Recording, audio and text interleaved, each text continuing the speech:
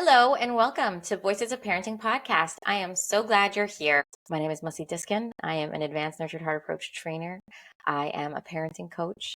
I am also an inner wealth coach, which means that I help people rediscover and connect to the people that they truly were all along, but may have gotten forgotten along the way. So to find out more about me and what I offer, you can check out mussidiskin.com, contact me through there, respond to this podcast, find me on social media. I would love to connect and I would love to hear your feedback.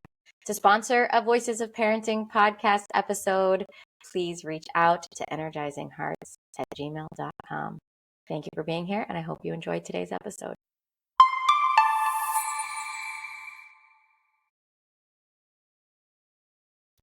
Hello, everyone. My name is Freddy Mendoza. I'm here filling in for Mussi while she is at the CTI. So we're hoping that it goes very well. I'm sure it will, sending some energy.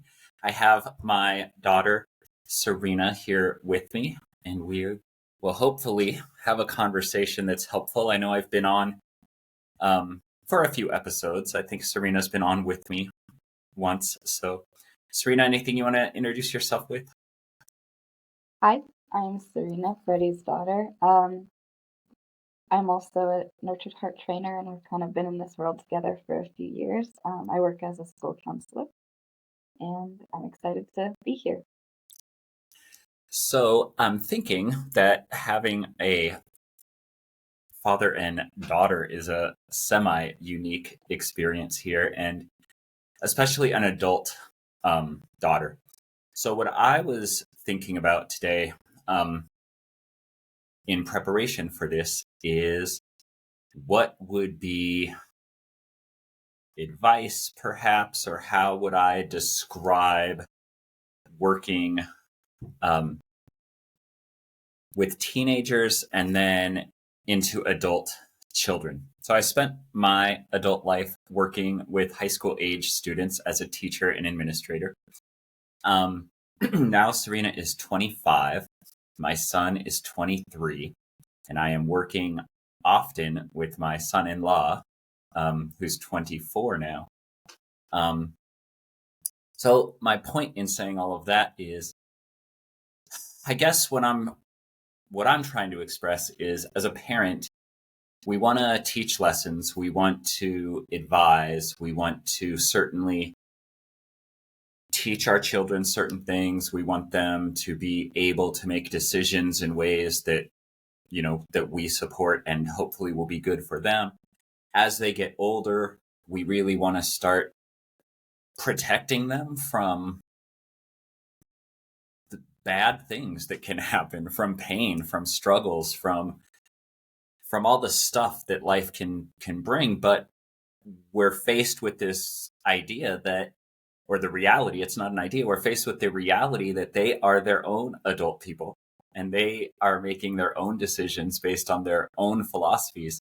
And I very much value, in this case, I'll just speak about Serena, but I very much value Serena's intellect and her curiosity and her ability to make decisions. So why would I want to second guess that? So if that's my topic generally, how do we deal with giving advice or helping our children when they're struggling without taking away their own ability to choose and act for themselves? So I want to hear Serena talk about this a little bit, but what I think I do, and I did as a teacher, and what I hope I'm doing as a parent, is to ask more questions than say sentences, and to always understand that what I most want is for this person. What I value for myself is my independence and my ability to have control of my life. And so I want the other person, people, to feel similarly. So I'm not big on telling people what I would do or even what they should do, is a whole nother layer. I often just ask questions about possibilities, about what they're thinking about, about what they think the potential outcomes might be. So I think it will help when we maybe give some examples. But with that as a topic, Serena, what do you think about that? I think through the last, my whole life, I suppose, but the last, I'll say 7 years since I moved out for the first time, um, as we've navigated transitioning into adult relationships, I've definitely seen a lot of that intentional effort into the asking questions. And I've seen that it creates a lot of trust and safety where it doesn't put, I'll say me in this instance, where I feel I need to defend what I'm thinking. And often that's important because we're going into these conversations when the kid or adult kid or like me, I might not have a super developed sense of what I want to do yet. And when it turns into maybe a bit of questioning or attacking in a more defensive way, I can get more stuck in that. But when it's questions that are explorative, um, like, what are your options? Or like, what have you been thinking about? What would that mean to you? What would be some of the pros and cons of that? Um, it just is like that guided exploration that can help us together kind of explore the options and build the safety and trust in our relationship.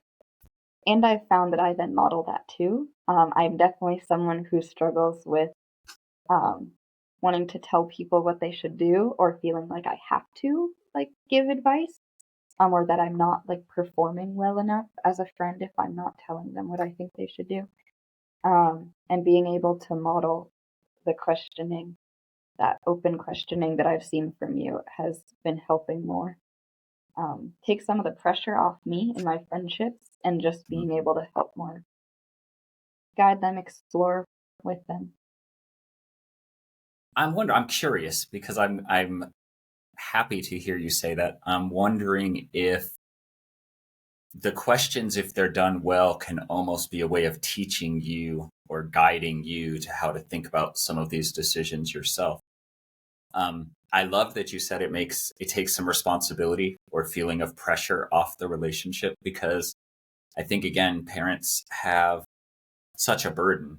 And when you think that all of your children's, actions and decisions reflect on you, and everybody is going to judge your children or judge you by your children's choices. And again, everybody can feel however they feel about that at different levels and different families and such. But by the time they're adults, that dynamic has to shift, right? So at some point, Serena's decisions reflect on Serena. And of course, I'm her dad, so there's something there, but it's not my decision. I didn't make the decision. But I like the idea of taking pressure off, because I say this with kind of mock humility, but honestly, also I don't know what I should be doing half the time. If I make my mind up about something, I may well feel very differently about it a week or two later. So honestly, who am I to be giving this other person, a way that they should go or a decision that they should make? I hardly can tell myself what I think about things. I can't be telling other people. So I kind of, again, tongue in cheek, but kind of seriously too, I can ask questions. Again, I'm not just wishy-washy out here not knowing what I stand for or what I believe. I'm solid on those things, but sometimes there are some, challenging questions. And when your kids are really coming to you with the situation, it's probably not going to be one of the easy ones, right? Because if it was an easy one, they would have just dealt with it or gone to one of their friends or something. They're coming to you. Well, this is another layer, I guess. I hope they're coming to me because they value the input that I'll give or the relationship that we have. There has to be a level of trust and safety that we've built up, or they wouldn't go asking me. So I am happy that you often do come to me, but I'm wondering then if the questions I'm asking you, I'm not articulating this as well as I would like, but what I'm worried about is I respond very poorly myself when an adult figure is like inquisiting me. I say something like, I think I'm going to go do blank this weekend. And rather than, oh, great, that sounds fun, hope you have a good time, that would be a great response. Or, what are you excited about blank this weekend? Instead, I get like who's going to be there? When are you going to go? When are you going to leave? How are you going to? And it's like, I just get bombarded. So now I don't even want to bring something up to them. So I hope that helps make it more clear. I'm asking you how the response to the questions is, but it's about the type of question or the tone of question and how that plays into this. Yeah, and definitely like the energy behind it. And in relationships, there's so much context leading up to that conversation that we might be discussing now, right? You know who that person is, you know how they usually might interact with you or what they might mean by certain things. So it's going to look different in every person. But the energy behind, like, how are they approaching this conversation? What are they looking for? What are they thinking they're going to get out of engaging with you about this? Definitely like that intent matters a lot.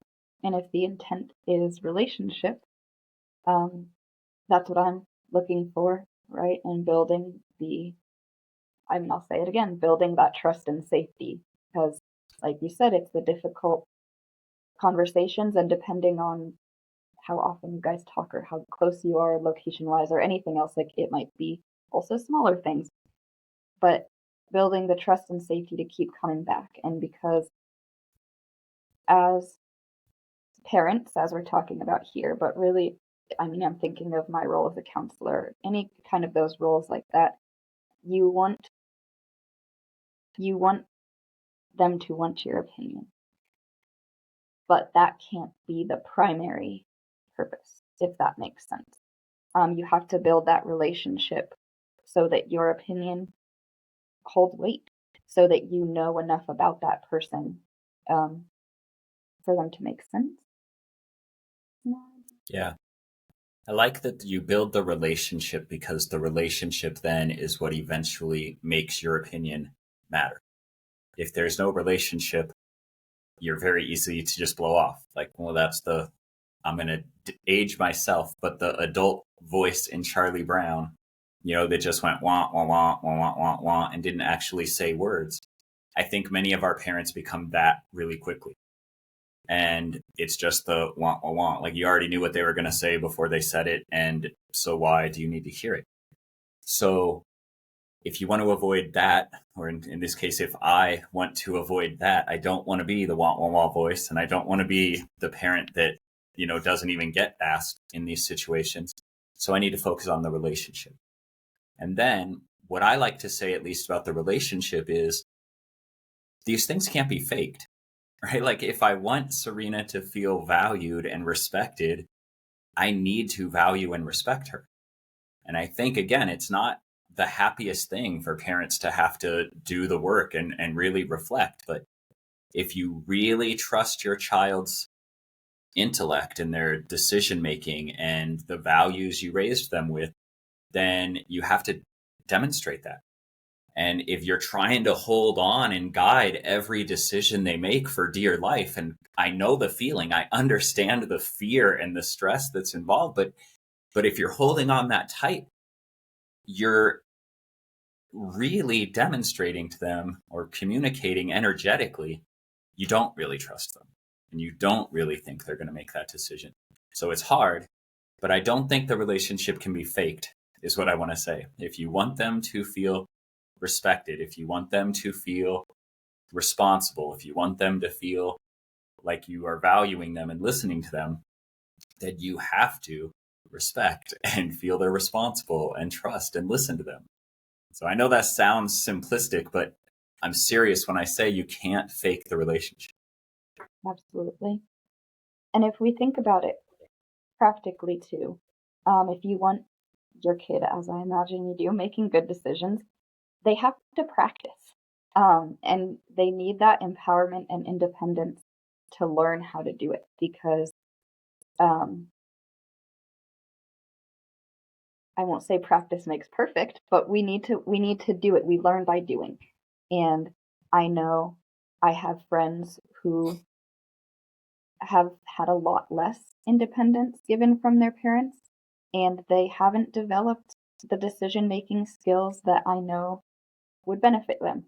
And I'm sure we all still have time. And there's lots of different ways to get there. But if we want people making good decisions, they have to learn that. And ultimately, we can only make decisions for ourselves. Now you're making my educator heart go. So you said we learn by doing, and I very much appreciate that. But I am an educator of the John Dewey School of Education, so I have to say we don't just learn by doing, we learn by thinking about what we're doing. And I think that can be such the key here to what we're discussing. With a parent and a child relationship, practice those decisions, practice those decisions, practice those decisions, and then talk and reflect on those decisions. What went well? What didn't go well? Was it because it was under pressure? Was it peer pressure? Was it time pressure? Was it some other pressure? Was it good in this way or that way, but then maybe struggling in this way? Like, you really have to think about it. I think we're coming a little bit short of time, just a couple minutes left. So I wanted to say one more thing. I also think there's something useful. Again, we brought up questions.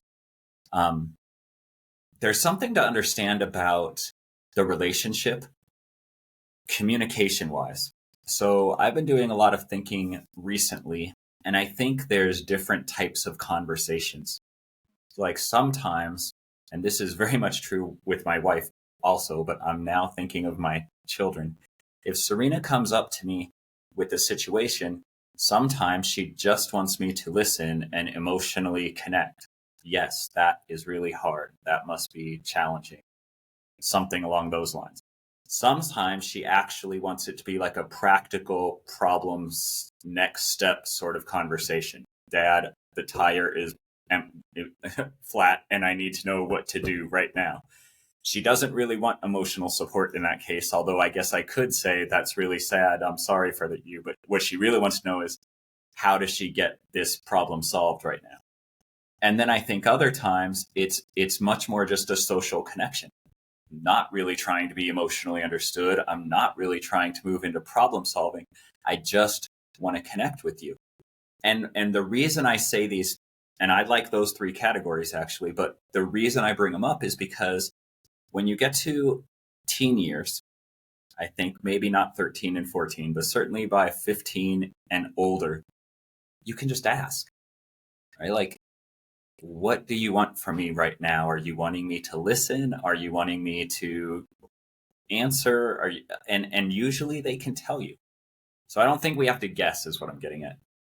Yeah, and the practicing asking, even if you don't think they'll be able to give an answer, or if they won't, that's what gets them thinking about it so that they can in the future. Like, you're putting that process in their mind. And I think that's the asking questions as a whole, is like you're modeling the process of decision making without making the decision for them. And same thing with figuring out what they need and what they're looking for. Yeah. Well, I hope it is a useful conversation to listen to. I would love if there's a way for us to get any feedback. How thinking about the relationship, thinking about different ways that you can't fake a relationship, thinking about how to build a relationship with your adult children so that your opinion will hold weight, and then thinking about the tone of your questions and the why the conversation is maybe even happening. So I hope, again, that this was a useful conversation. I am sending lots of energy to Mussi and hoping the CTI is going well. And for Serena and myself, see you next time. Bye. Bye. Hey, wait, don't go yet. Take a minute to find the beautiful quality that you have, that you appreciate about yourself.